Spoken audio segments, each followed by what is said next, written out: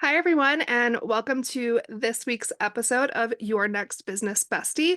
I'm Jen Borhart, your host, and this podcast is all about introducing you to stellar business owners and decision makers that I think you should know either because of their business, their story, or a little bit of both. So, welcome to this week's episode.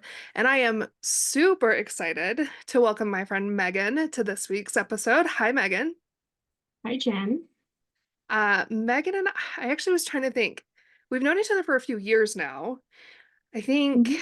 I want to say three years, I want to say. It Yeah, was post COVID. It's funny because it seems like 2020 to 2024 is just a big blur for everyone. Like it's hard to figure out what year things happened.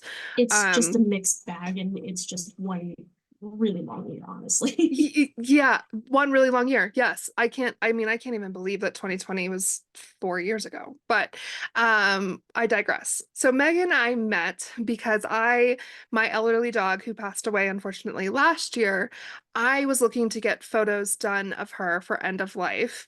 And there's this project, which I'll let Megan tell you guys about, but called the Tilly Project. And I, stalked through so many photographers that were part of that project to find someone who was a good fit for my photos with Rahjah. And then I immediately knew. As soon as I saw Megan's site, as soon as I saw everything she stands for, I am all about bringing our beliefs, our whatever we want to stand up for into our business and using our businesses as an outlet for that. And I think you do such a beautiful job of that, Megan. Um, so we did those photos. I actually have a canvas print of one of those photos right next to me. And then we've worked together on other projects. I've done two boudoir shoots with Megan since then. And yeah, now here we are. So I guess let's just start with how you got into photography. I know a little bit of this story, but I think it's such a fun story. So where does your love of photography come from?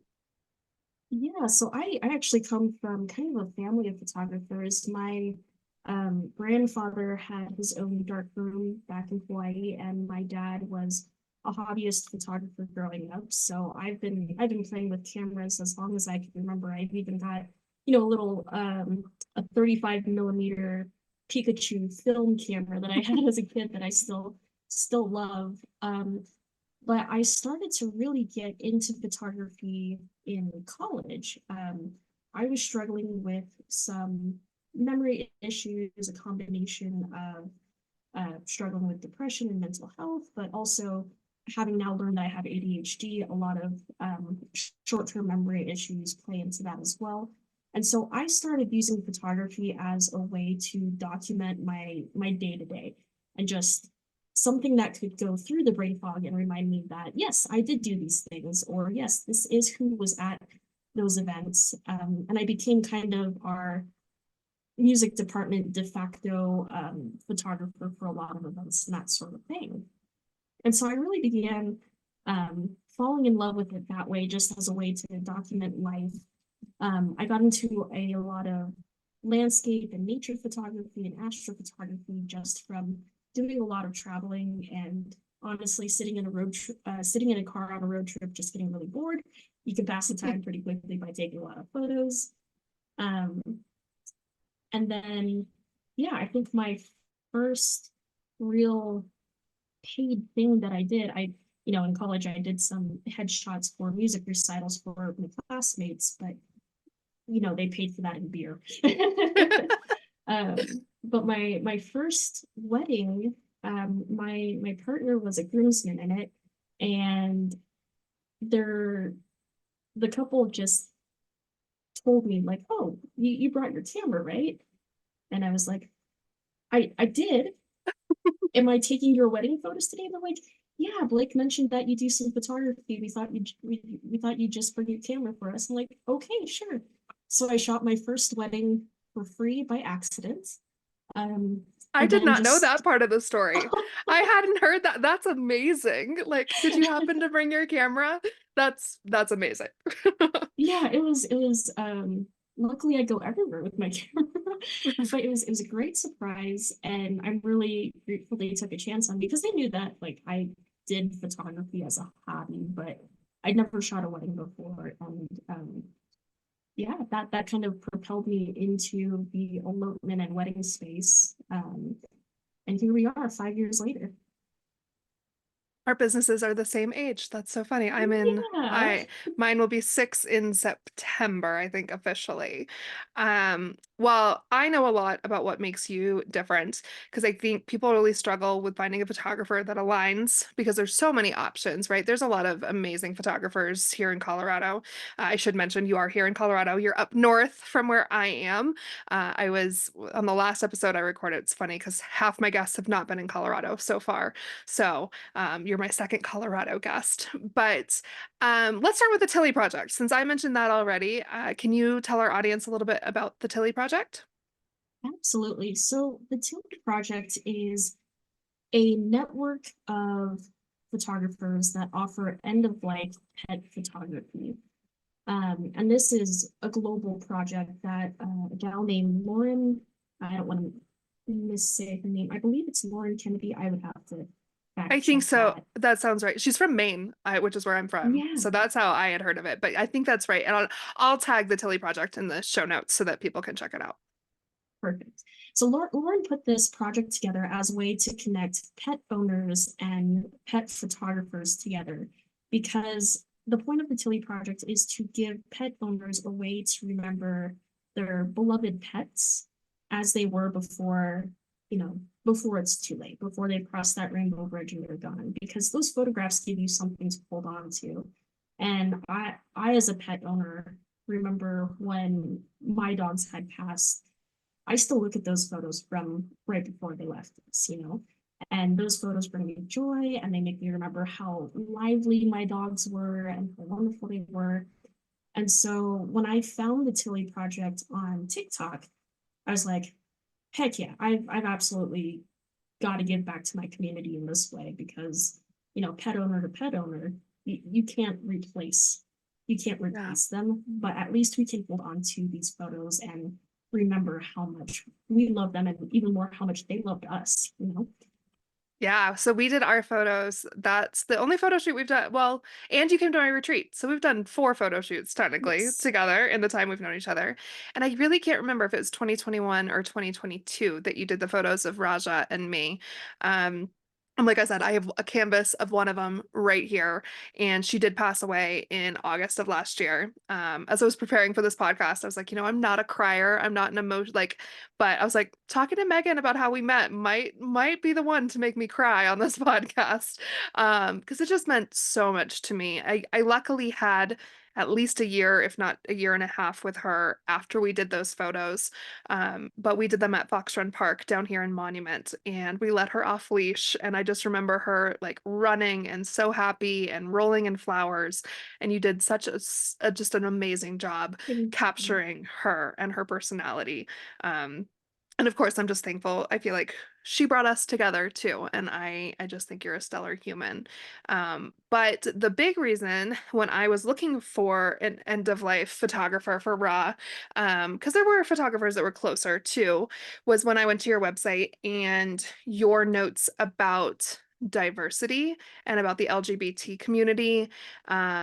So let's talk about that. Let's talk about I know you've done pride photo shoots in the past. I know so give us a little insight into that part of your business and what you do.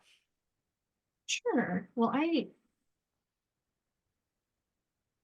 want to create, I strive to create a space that is warm and welcoming to everyone. And I don't want to just be, I don't want to just be LGBTQ friendly. I want to be, you know, centered around creating an experience for anyone in a marginalized community where they can feel free to be themselves.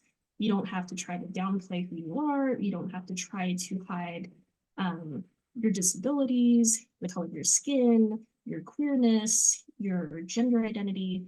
I want everyone who works with me to feel so unabashedly themselves and I want that to come through in the photos because I've worked with photographers in my life where, I can tell that they've never worked with a person of color before, you know. I can tell that they're so uncomfortable posing two people of the same sex or a person in a wheelchair, or they don't know how to talk to someone that is deaf, and I've seen how uncomfortable that makes other people. And I've also been on the receiving side of that. And I know how uncomfortable it makes me. Yeah. And I don't want anyone else to ever have to feel that way, where they don't feel like they're allowed to be themselves in the space. And so my business model is less about the business and more about the people, and more about saying you be you. Nothing is off the table. The only thing I don't welcome bigots. Bigots be damned. If you're going to be a hateful person and pretend that it's in celebration of something else, then you don't need to bring that into our space. And you've got a right to your opinions, and I will give you recommendations for photographers I think are better suited for that. And that's not Yeah. to say I don't work with people that have different opinions of me than me, but I don't welcome hate. Yeah. And if you're someone who's going to outwardly put out hate, then we don't have business together. Yeah, I mean, I think it's such an important what you just said, especially that doesn't mean you won't work with people that don't have the same beliefs as you. And when I'm doing social media marketing, websites, all of that for my clients, a big question that I ask them is, what are you okay with losing business over? Like, what is so Mhm. important to your heart space that you're okay with losing business over? And I feel like you're very aligned with me, and like we know what those things are. Like we know what, whatever politics, whatever social issues. And I always have people that are like, oh, there's nothing I'm willing to lose business over. And I call bullshit. Like that's just, there's no way. But we're afraid of offending those. And I like to say that there's a couple different things that'll happen. One, you're creating a safe space for those that do have similar beliefs, which is exactly what you've done such a remarkable job at, is creating this safe space, especially, for people to be in front of a camera, which is a whole nother level. Mhm. Um, you're going to deter the people who are so bigoted in their beliefs that they're not willing to have an honest conversation. But you're also going to attract the people who, even though they have differing beliefs from you, they respect you so much that you can work together cohesively. And sometimes those are some of the most interesting relationships that I find. There's a couple of those in my world. Like we have very, very different political beliefs, especially, but we both respect each other so much. That's not to say there are some lines that I have that like I just Mhm. can't work with people. A big one for me is trans visibility and trans rights. Mhm. Um, that's a hard line for me. But to your point, like you've created this space, and that doesn't mean that people with opposing views aren't welcome. It just means you expect respect around those as well. Absolutely. And um, sorry, I just lost my train of thought. Oh, it'll come back to me. No, but and here's what I was going to say. I was going to say, as small business owners, especially, that's our prerogative, is to decide where those lines are.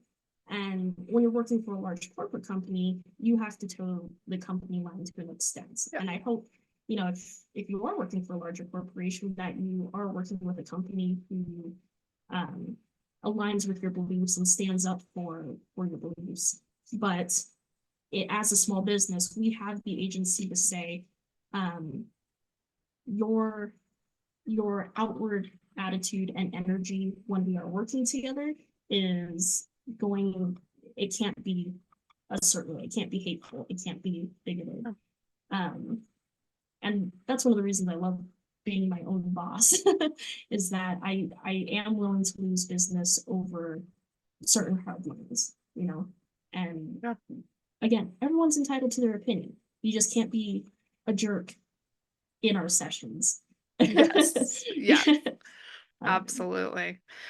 So I know we've done a lot of work together. But let's talk about weddings. Let's talk about the weddings that you love doing because having been on the backside and seeing the unique weddings that you photograph, I know you have a certain passion for those elopements, for those really cool venues or, just in the middle of the mountains or whatever. So talk to us about your wedding.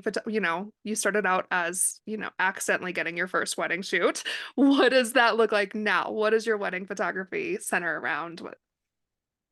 My wedding and elopements especially are all centered around intentionality.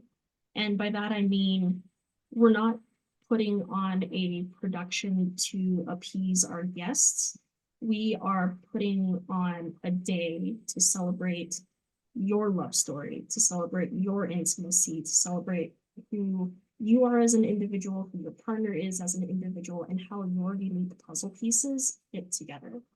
And if that comes through in a way where you're throwing a grand bash for all the people that you love, awesome. If it comes through in a way where it's just you and your partner and your dog in the mountains, awesome. Like, what I really care about is that you are celebrating your love story in a way that resonates with who you are as a couple and as people. Don't don't do things just because your mom told you to. Don't don't go with the weird lavender linens just because your dad is paying for the wedding and says that your linens have to be lavender. Like I always encourage people and I will work with people to find a timeline that works for them, that gives them enough space throughout the day to be together so that they're not feeling rushed through the day, so that they can feel like they're being present in the day.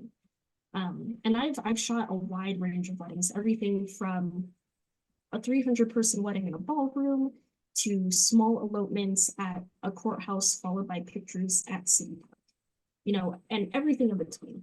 I love nerdy weddings. Like I shot a wedding where it was all Star Wars themed with a professional cosplayer, and she busted out her lightsabers at the reception. It was freaking awesome.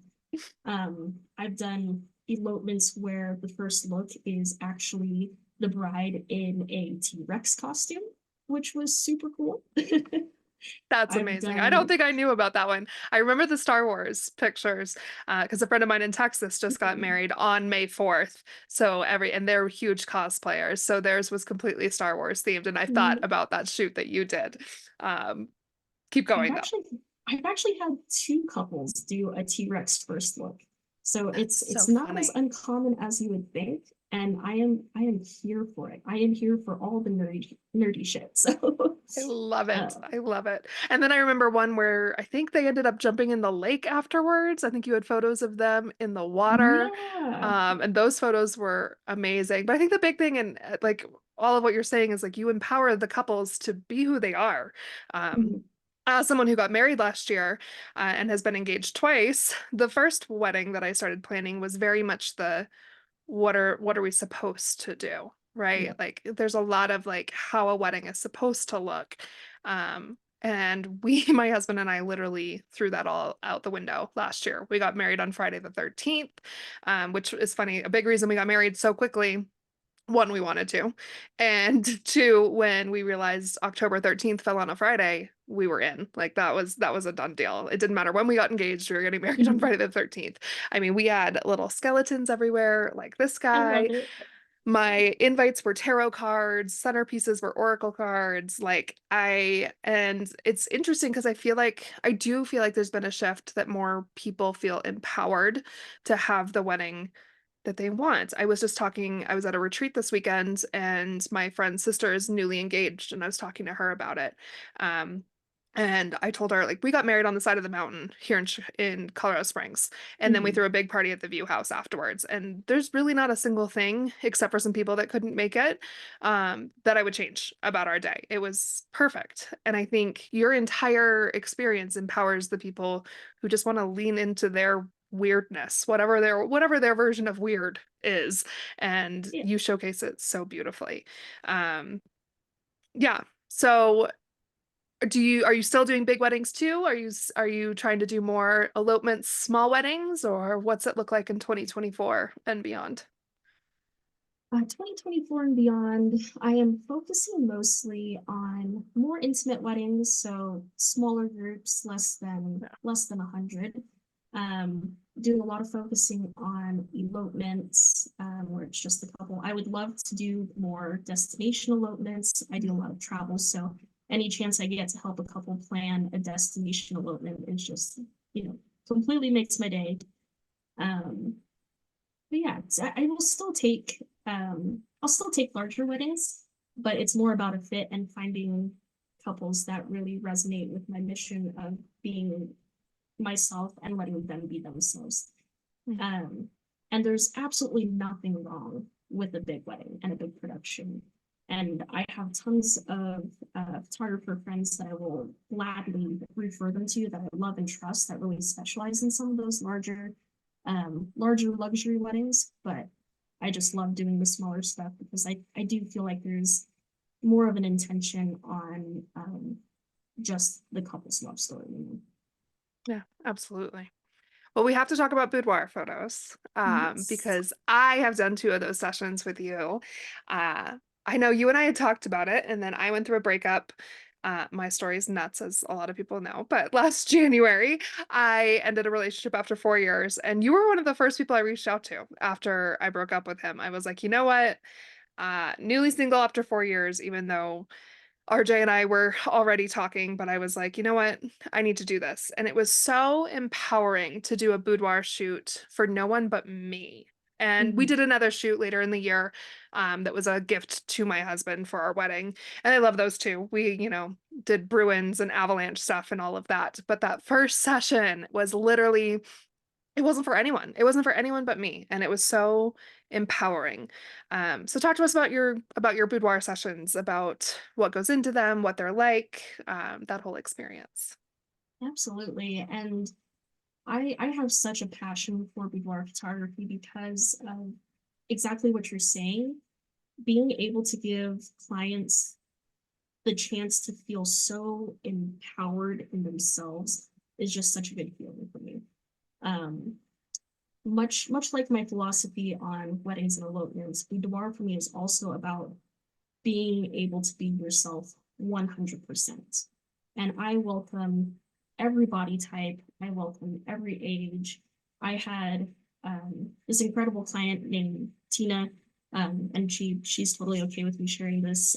She came in to do a birthday boudoir shoot at the age of 50. She was I 50 love years those old. photos. So good. um and she's got a bigger body type, and she had so much pride in the healthiness that she had been working on. And she's like, I am proud of myself, I am proud of my body, I'm proud of my age and my experience, and I want to celebrate that.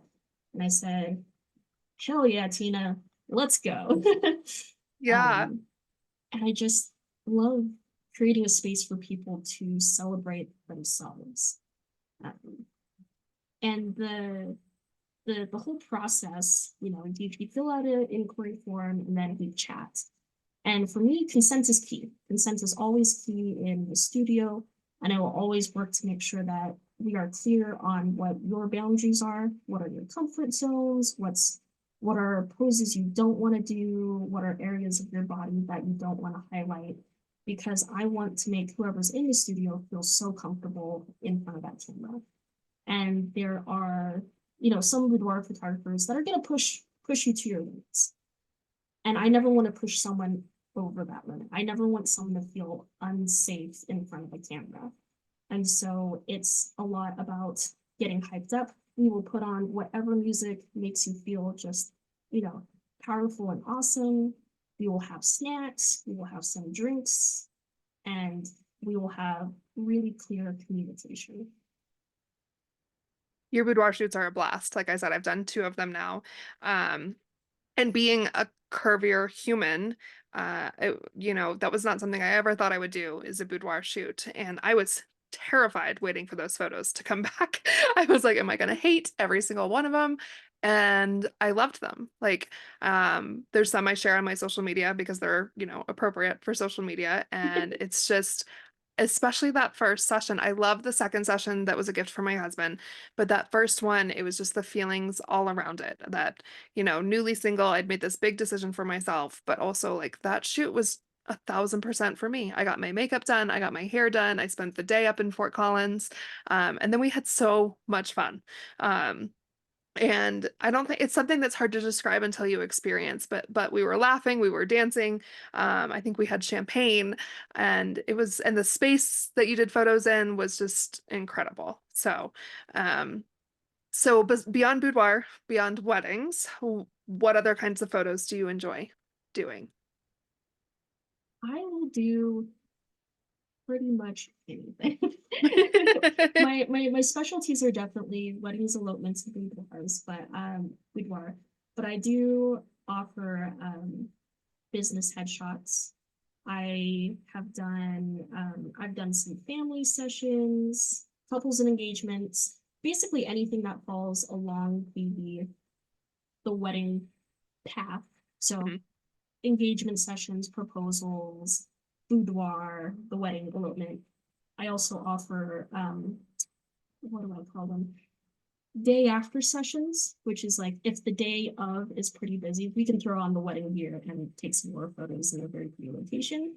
And I've also been very fortunate to been asked to do honeymoon sessions before. So I've gone Fun. to Iceland and shot a couple's honeymoon there. And then I got to do oh my gosh, it was awesome. It was a whitewater rafting honeymoon trip. That's Yeah, so so cool. we all hopped in the raft. We went down a few rapids, and then I got off on the shore and ran downriver to the next cascade so that I could get pictures of the couple coming over these rapids in their in their raft approved wedding attire. And I do have, if this is something you're interested in, or anyone out there listening is interested in, I do have recommendations on wedding attire that you can go swimming and rafting in. So hit me up. That's so fun. That's so fun. I would never have thought, especially the day after makes so much sense because the day of is so busy. Mhm. Um, and it's interesting. Like I wouldn't change anything about the day, but you do get pulled in a million directions as the bride and groom for sure. So having that opportunity after. You also do some retreat photography. We had the honor Mhm. of having you at the Kismet retreat last year. It was my retreat that I threw, which I think I'm gonna bring back either this fall or next spring. Um, It was as such I a said, fun retreat. oh, it was so I went to this retreat last weekend because I was like, you know what, it was so much work and whatever. But after going to another retreat, I was like, you know what, I had a wonderful time. It was here in Larkspur, Colorado. It was in April, which I knew was risky, but of course we got a huge snowstorm. I was telling the stories of the turkeys that were at the retreat, that everybody had to avoid the turkeys getting there. Um, but those photos were so fun too. Like, and you're so good at catching things in the moment. Like I definitely have undiagnosed ADHD. That's something I've actually been exploring a lot lately. But things like lack of impulse control sometimes, like it was snowing outside, so I decided to go dance around on the deck barefooted in the snow. And you caught that moment. Like you happened to see me going to go outside. And I share those photos all the time. Um, because they're not posed, it's just people being people. And I think that's what you do such a beautiful, or animals being animals. Because, like I said, that Yeah, first shoot with Rahjah, where everything started with us, was like, those are some of my favorite photos. Um, yeah. yeah. So retreat A lot of photos too. Yeah, Absolutely. retreat photos, event photos. A lot of my style is really um documentary style, where I want life to go on. I want the story to go on, and I just want to be there to capture all of the moments, the big moments, the small moments, the moments in between. I think some of my favorite moments that I've ever captured were the in between moments. As you're transitioning from one part of the day to the next, where you see two people just quietly share a look or share a touch. Um, you know, those Yeah. sorts of moments. Those are my favorite. I think you called yourself like a photo ninja or something because I remember we were all sitting in a circle and I went to talk to you and you had been over my shoulder. So I went to talk to you, I think. and you weren't there anymore. You were like on the other side of the room. And I just started laughing because no one had any idea that you'd like creeped around the backside through the kitchen to the other side. But like you do a great job of like just kind of blending in, and it was amazing having you part of the retreat as a business owner too, and perspectives.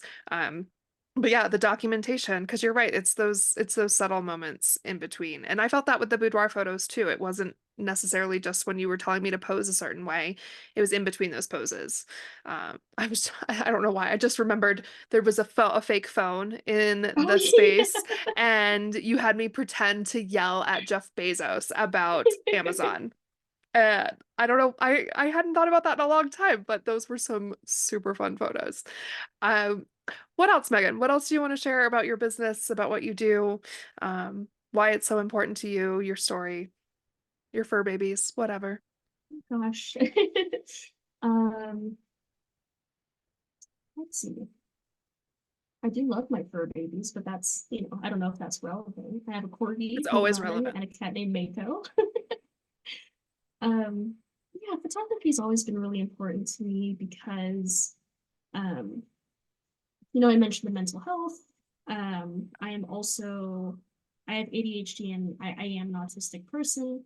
And so these photos definitely help me in my own way of remembering things through my life. But I also have had a lot of loss in my life. And this is where it takes a real morbid turn, so I'll try to keep it light. Um, but there is this concept of the burden of the final click, right? And so what this means is that sometimes the photographs that I am taking are the last image of a person. That this is the last photo this bride has of her dad. And this is the last photo someone has of their dog, or moments like this. And you never know when it is that last moment. And so the burden of the final click is this self-imposed responsibility to shoot everything like it's the last moment so that it holds weight. And I take everything so seriously because you never know when that's going to be the last thing you get to hold on to, right? Oh, And so I take my job very seriously. And I work really hard to keep refining my skills, finding new ways to be a better photographer and be a better person to everyone around me so that I can serve the community and can serve my clients in a way that these are such cherished memories. yeah. Well, you do a great job of it, truly, truly. Um, yeah, I was lucky enough to have more time with Raja after our shoot. But I mean, we have a little ornament hanging in our kitchen of a photo of her that you took. And I have, this, that was the only shoot I ever did with just her. So in that, like, it was the last photo that I had of she and I of professional photos. So I think that's beautiful. So how can people find you? How can they reach you? How can they see more of your work? What's the best way to get in touch with you? Yeah, so I've got a website, meghanblanton.com, MEGHANBLANTON, is I've got the Irish spelling of my name. You can also find me on Instagram at Meghan Blanton Photography or on Facebook. I think I'm also just Meghan Blanton Photography on there as well. Awesome. I'll be sure to link all of those in the show notes. I want to thank you so much for taking the time. I know you've been traveling a lot and all over the place, so it's been beautiful to connect. It's funny, we both live in the same state, but it's far enough away that I don't see you very often. So maybe we'll have to book another session sometime soon. I've Heck kind of, yeah. yeah. I think the second boudoir session it's almost a year ago. It was last summer, I think. So Yep. it's time, right? Yeah, time for more boudoir photos. And for anyone out there listening, in June, I always put on a Pride photo shoot event where they are gender affirming sessions. So I will book out a studio. I'll put out, Jen, I'll send you this link too, but I usually put out a sign up where you can come in. Everything is donation based, so it's pay what you can. And all of those donations go to an organization that is helping for LGBTQ rights and transgender affirming care. Beautiful. I love it. Thank you for everything you do. I think you are just an incredible human being, and I'm honored to have you as one of my first guests on the podcast. For all of you listening at home, if you want to find out more about what I do as a creative strategist or be a guest on this podcast, please reach out to me either through Instagram. My Instagram is lifejensway, or you can email me at jen@jensway.com. I would love to hear from you. I'm all about sharing the stories of badass business owners. I think entrepreneurship can be so lonely, and we have to lean into the spaces and the people and the connections that we can find of people who are also on this crazy path of entrepreneurship. So thank you, Meghan. I appreciate you so, so much. And for everybody else, I'll talk to you next time. Have a wonderful day.